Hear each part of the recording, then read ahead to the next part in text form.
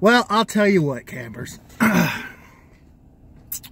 I was getting a little mad on the road there. I was starting to feel a little bit upset about the world. But let me just tell you what just happened to me. To your old pal Kev. I just went to Growl's supermarket in Annapolis, Maryland. Annapolis, Maryland is where I grew up. Interesting little town. It's a little harbor town. It's like nothing's going on here except a bunch of people. Maybe a little too much money is here. This is sort of where the Kavanaugh kind of people came from, but a lot of good people come from here too. Don't worry about that. So I go into Growl's and I'm like, what do I? Because I'm like, I just visited my Aunt Kathy and Uncle Francis. They've got me set up on the road with some drugs and stuff, and and so I'm good. Now I'm heading back to North Carolina.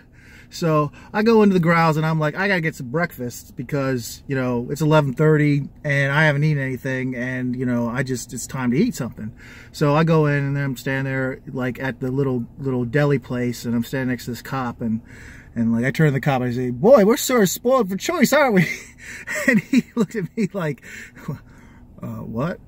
And because there was just so many things to choose from at this little Growl's place. And so he got called to his number, and I was like, okay, whatever, man. I was gonna have a conversation with the cop for no reason. Obviously, my good mood is like spreading out to other people. So I have this after that I go and I decide I'm just gonna get a sandwich, and like I just go up to the thing and I get a little sandwich, and it's got a pickle in there, and it's got chicken salad, and it's gonna be a nice little thing for me to eat on the road.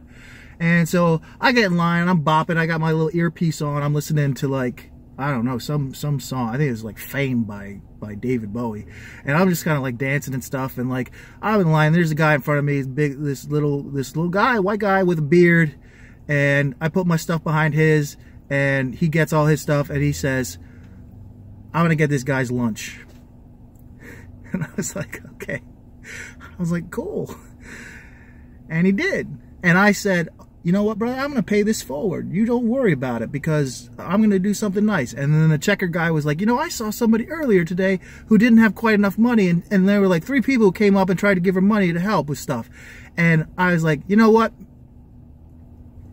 That's it. That's the whole thing. We just got to start helping each other. That's the whole fucking thing. That's it. We just got to start helping each other and be good to each other. This will not last. This is the thing that's going to scare Trump and their Trump supporters and those people, because it is not going to be a fist that comes at you. It is going to be a big hug, and you're not going to know what to do with yourselves, because we Americans right now, I think we're getting a little tired of being shitty to each other, and we just want to be better. And so I'm going to like pay it forward to somebody else today if I can. And that guy and that cash register guy is probably going to do something nice for somebody. And we're just going to all fucking feel great. And it's going to be awesome, because that's what we should be doing now with all this bullshit. So quit sniping at each other. Quit getting mad at each other. Quit fighting and start loving each other. And we're going to be fine. I am very optimistic about how things are going to go from this point forward. So that's it from me. That's my little story. I'll see you in the funny papers.